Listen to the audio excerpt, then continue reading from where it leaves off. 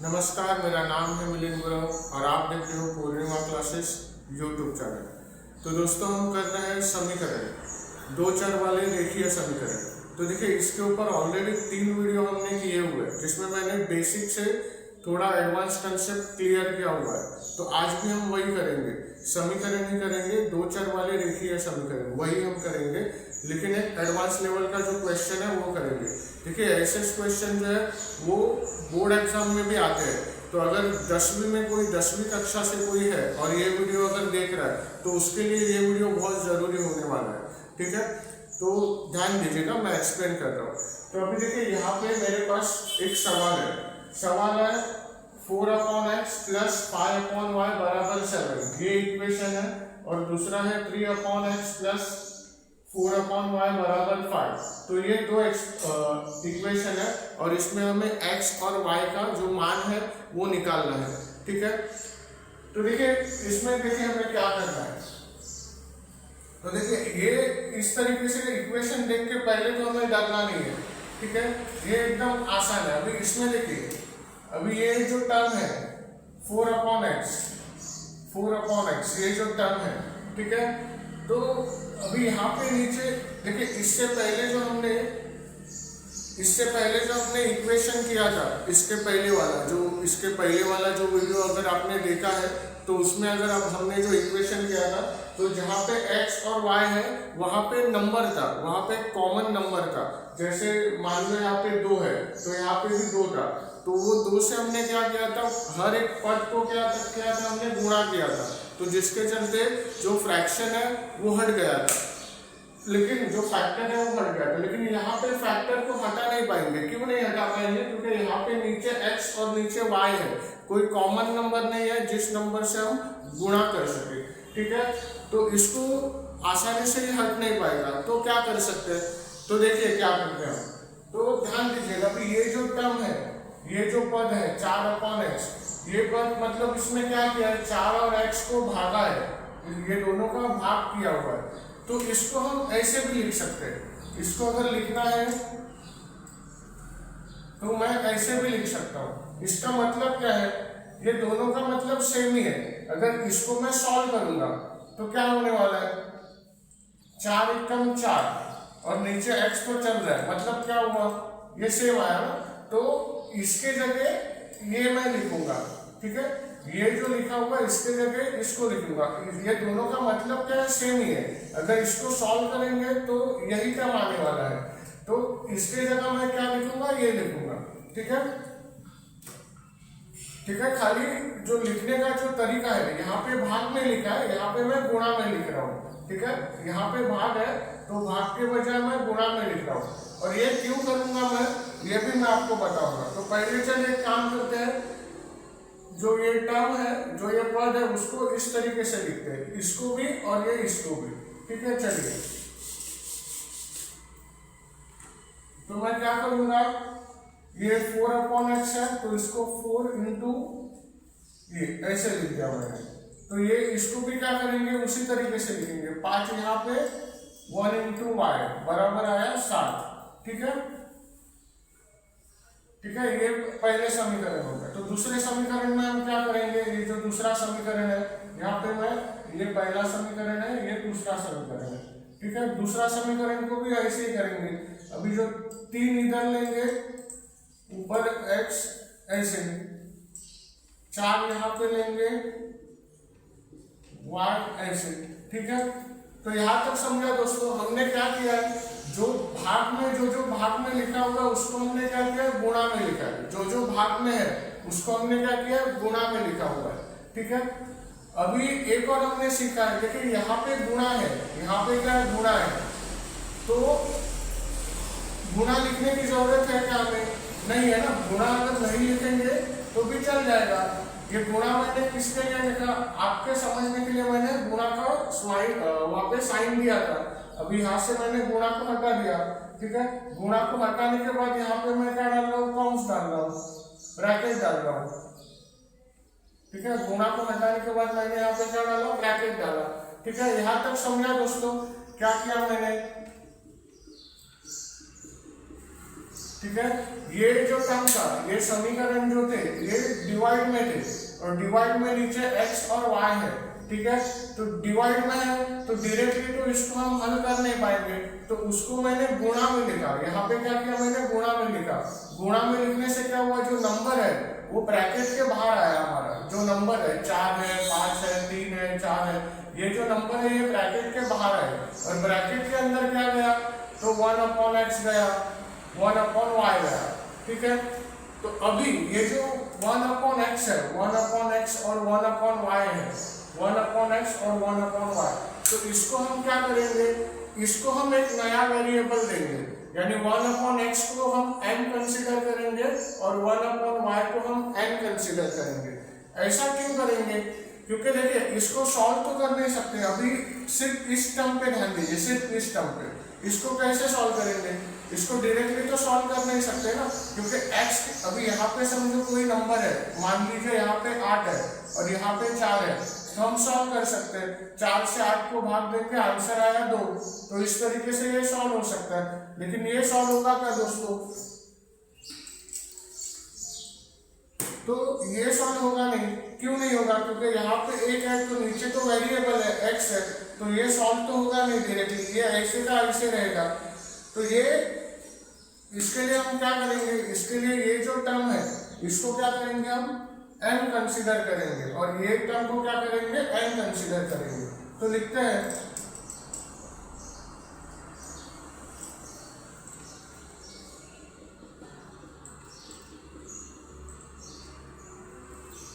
समीकरण 1 और 2 में 1/x को m और 1/y को n लेने पर, ठीक है, क्या किया हमने, 1/x को m मान लिया और 1/y को n मान लिया।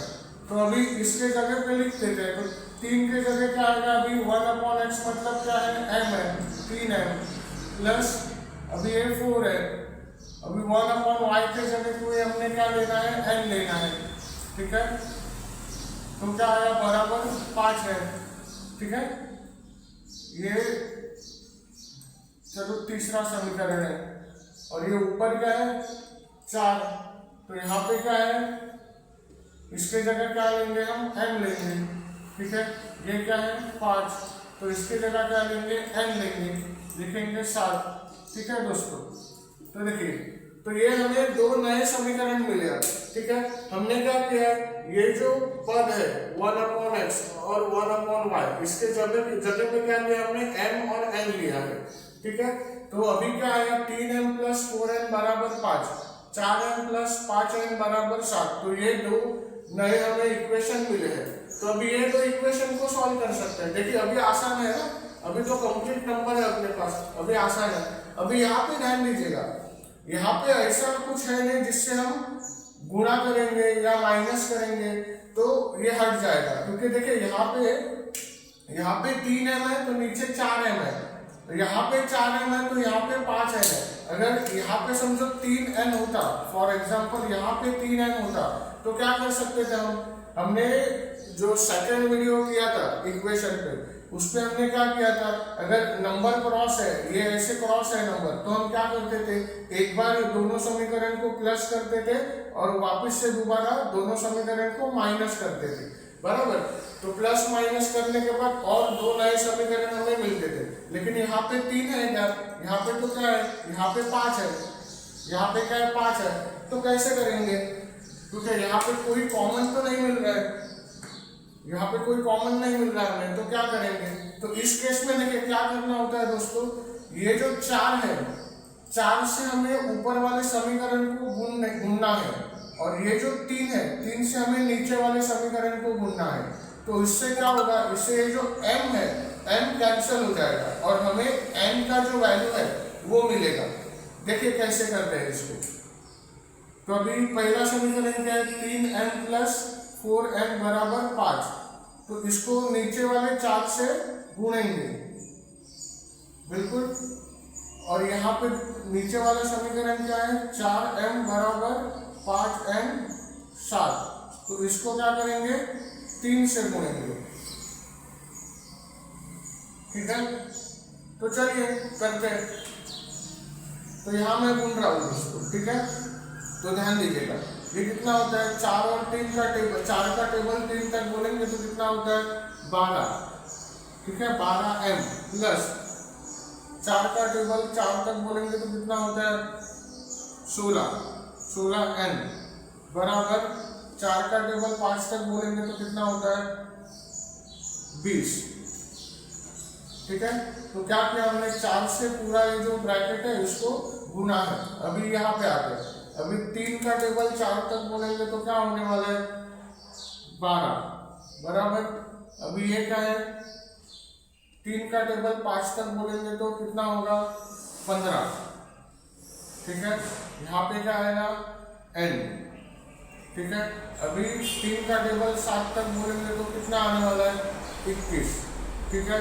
तो ये तो समझा दोस्तों आप लोग। अभी इसमें क्या करेंगे,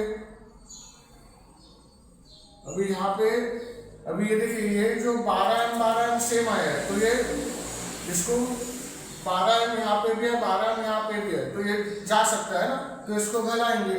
तो इसका क्या करेंगे हम, इसका जो साइन है वो माइनस करेंगे। क्यों माइनस करेंगे, क्योंकि यहाँ पे तो प्लस है, तो यहाँ पे प्लस है तो यहाँ पे माइनस रहेगा तो ही वो जाएगा, है ना। इसको घलाना है हमें, तो इसके लिए यहाँ पे क्या किया माइनस, तो यहाँ पे हमने माइनस किया तो ये जो प्लस है इसका भी क्या हो गया माइनस, और इसका 21 का जो प्लस है यहाँ पे वो भी हो गया माइनस, ठीक है।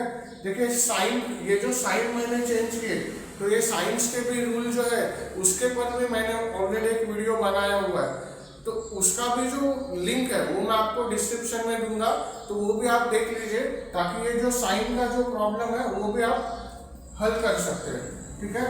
तो यहाँ पे भी देखिए ये साइन सेम है, यहाँ पे प्लस है माइनस है तो 12m तो चला गया। अभी यहाँ पे क्या है, ये 15 का साइन क्या है माइनस है, 16 का साइन क्या है प्लस है, तो साइन सेम है क्या नहीं है, तो क्या होगा माइनस होगा। तो 16 में से 15 गया तो कितना बचा 1n बचा, बिल्कुल 16 में से 15 गया तो 1n बचा। अभी 20 और 21, ठीक है, तो 20 और 21 में से 20 का साइन प्लस है 21 का माइनस है तो क्या होगा, तो माइनस होगा। तो 20 में से 21 गया या 21 में से 20 गया, बचा क्या 1 बचा।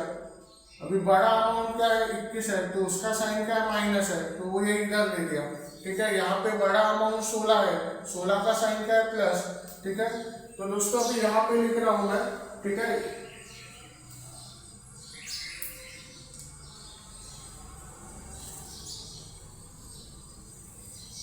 ठीक है, यहाँ तक आए हम, ठीक है। तो अभी ध्यान देना, तो अभी n का वैल्यू निकल सकता है ना। अभी n का वैल्यू क्या, देखिए यहाँ पे गुणा है, अगर आप देखोगे 1 और n के बीच में कोई साइन है नहीं, मतलब क्या है गुणा है, तो वहां पे बराबर के वो बाजू में जाएगा तो क्या होगा वो भाग हो जाएगा, तो ये भाग हो गया, ठीक है। तो 1 को 1 से अगर भाग देंगे तो क्या आंसर आएगा, तो 1 ही आंसर आएगा। तो n बराबर क्या आएगा, 1 को 1 से भाग देंगे तो 1 आंसर आएगा।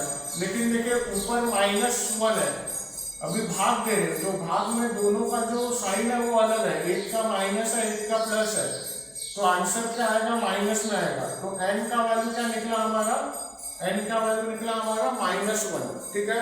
अभी n का वैल्यू तो निकला, लेकिन अभी n का भी वैल्यू निकालना है ना हमें, n का वैल्यू आया, अभी n का वैल्यू निकालेंगे तो क्या करेंगे, अभी कोई भी, अभी ये आसान है, ठीक है। सबसे आसान कौन सा है, वो समीकरण में हम n का वैल्यू लिख देंगे।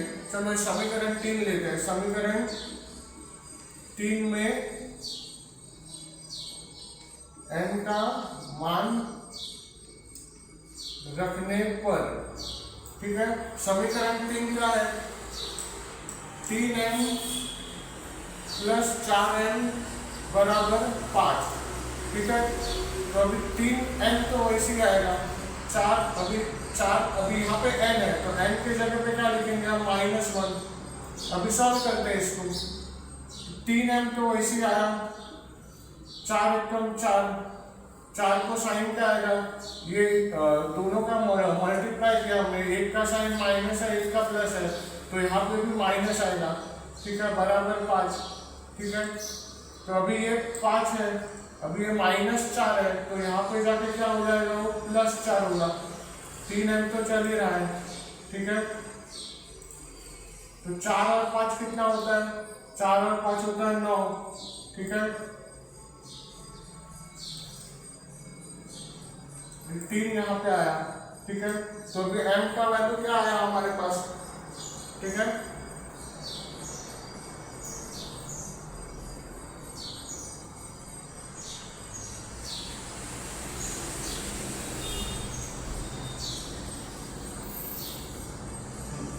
तो n का अभी 3 का भाग 3 को 9 से भाग देंगे तो 3 3 9 बराबर।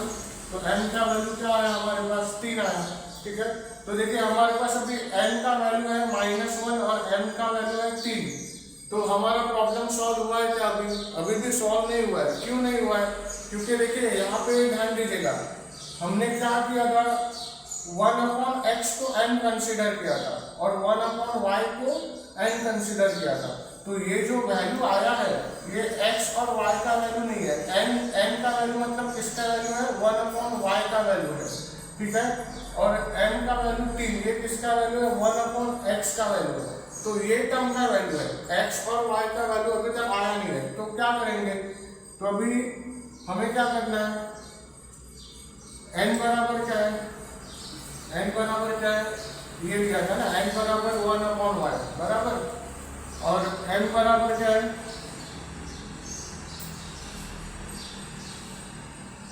1/x, ठीक है, ये है। तो बस अभी हमें क्या है, जो अमाउंट हमने निकाला है वो भरना है और सॉल्व करना है। अभी n का वैल्यू क्या है हमारे पास, -1, ठीक है। यहाँ पे m का वैल्यू क्या था हमारे पास, 3। बस इसको सॉल्व करना है। अभी सॉल्व कैसे करेंगे, तो देखिए अभी यहाँ पे y है, तो y से क्या करेंगे, दोनों बाजू भाग देंगे, गुणेंगे। यहाँ पे x है तो x से दोनों बाजू गुणेंगे, ठीक है। तो चलिए करते हैं। अभी 1y गुणिले y और यहाँ पे क्या है, ठीक है। तो ये y गया, ये y गया, ठीक है। तो यहाँ पे तो आया, ठीक है। तो ये y माइनस इधर गया, तो y मतलब क्या आया, यहाँ पे हमारा 1 से 1 को भाग देंगे तो 1 आएगा। तो ये अभी यहाँ पे -y बराबर 1 है, तो वेरिएबल को कभी भी माइनस में नहीं रख सकते। तो वेरिएबल अगर माइनस आता है तो ये माइनस वाला साइन क्या देंगे, हम अमाउंट को देंगे। वेरिएबल कभी माइनस में नहीं रहता है। तो y बराबर क्या आया, -1। तो y बराबर क्या आया हमारा, -1, ठीक है। और अभी x का यहाँ पे हम ये सॉल्व करते हैं। तो ये क्या करेंगे, x से हम क्या करेंगे, दोनों जगह पे क्या करेंगे, मल्टीप्लाई करेंगे। तो 3 को x से मल्टीप्लाई करेंगे, 1 से x को भी x से मल्टीप्लाई करेंगे। तो x तो चला, यहाँ पे है 3x, यहाँ पे है 1, तो सॉल्व करेंगे अभी। तो अभी यहाँ पे गुणा में है ना, तो ये भाग में जाएगा। तो x का मान क्या है हमारा, 1 से 3, ठीक है। तो दोस्तों x और y के मान क्या आए हमारे, x का आया 1/3 और y का आया -1। ये लीजिए सॉल्व हो गया हमारा, ठीक है। तो ये इस तरीके से सॉल्व करना है दोस्तों, ठीक है। और ये बोर्ड में आएगा, बहुत ही इंपॉर्टेंट है। तो अगर 10th स्टैंडर्ड का कोई भी बच्चा इस वीडियो को देख रहा है तो इसका जरूर प्रैक्टिस कीजिएगा, ताकि ये बहुत ही इंपॉर्टेंट क्वेश्चन है, ठीक है। तो ऐसे ही वीडियो के लिए हमें लाइक कीजिए, शेयर कीजिए और सब्सक्राइब कीजिएगा, ताकि जो भी नया वीडियो मैं बनाऊँ उसका नोटिफिकेशन आपको मिल जाए, ठीक है। और सबसे ज़रूरी, वीडियो को सब्सक्राइब कीजिए दोस्तों, क्योंकि आप देखते तो है लेकिन सब्सक्राइब तो करते नहीं है। तो सब्सक्राइब कीजिए तो हमको भी ज़रा मोटिवेशन मिल जाए, ठीक है। तो मिलते हैं अगले वीडियो में।